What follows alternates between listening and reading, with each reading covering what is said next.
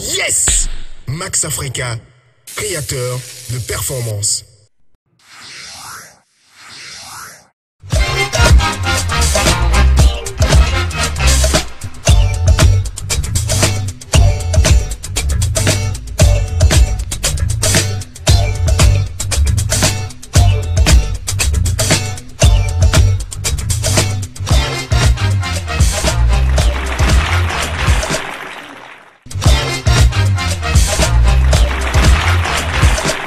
La question de la semaine.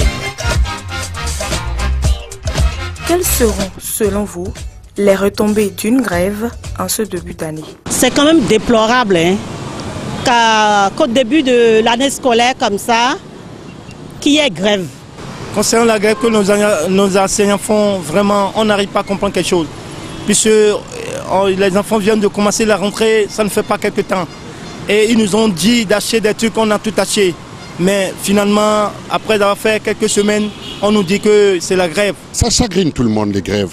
Moi, j'étais en train de me dire, mais pourquoi est-ce que les enseignants ne peuvent pas gréver pendant les vacances, puisque le ministère est là, mais puisque le pouvoir en place est en place, pourquoi faire chanter les parents d'élèves qui n'ont pas de l'argent pour envoyer les enfants dans des écoles privées?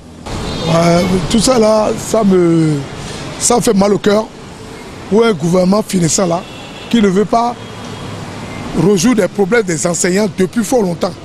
Et vraiment, je dirais que c'est dangereux. C'est vraiment dangereux pour ce pays parce que en tant que parents, nous tous, on a passé par l'école publique. Aujourd'hui, il faut quand même faciliter la tâche à tous les parents quand même d'envoyer leurs enfants à l'école, surtout ceux qui n'ont pas de grands moyens.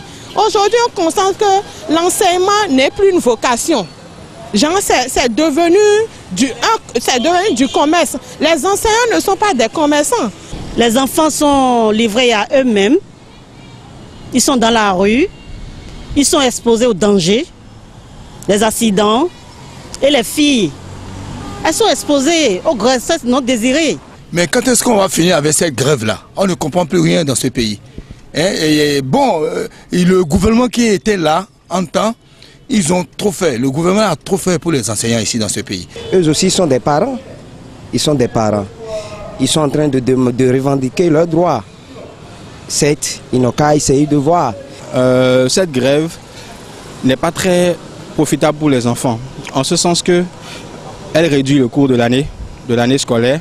Elle fait que les enfants n'ont pas le temps d'assimiler correctement les leçons avant d'aller composer. Vraiment, je demanderais peut-être au gouvernement de prendre ses responsabilités et de payer les enseignants une fois pour de bon.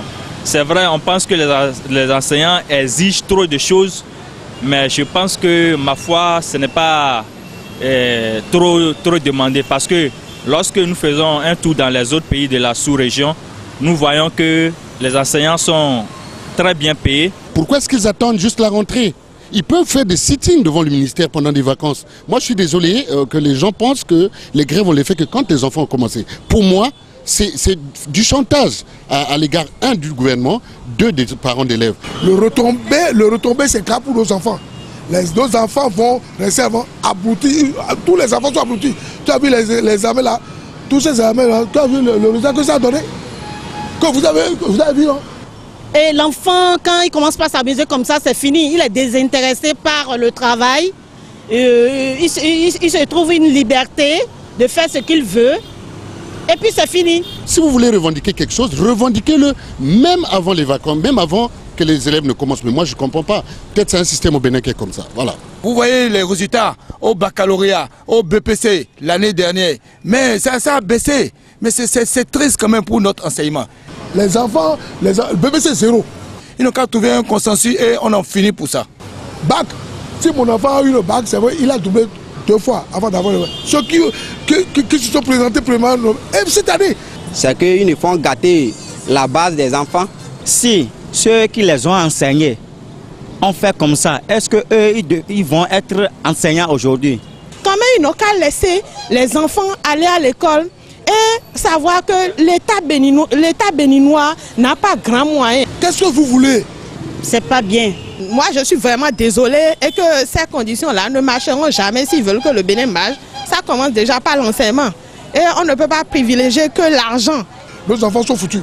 Ils n'ont qu'à voir ça et régler ça doucement avec nous. Sinon, l'année blanche n'est pas une bonne chose. La grève, ce n'est pas la solution, c'est la négociation. Je crois qu'avec une bonne négociation, il y aura une bonne entente et puis l'harmonie va rentrer et tout rentrera dans l'ordre. Avec plus de 20 ans d'expérience et un showroom de 1000 m², bienvenue chez Batimat.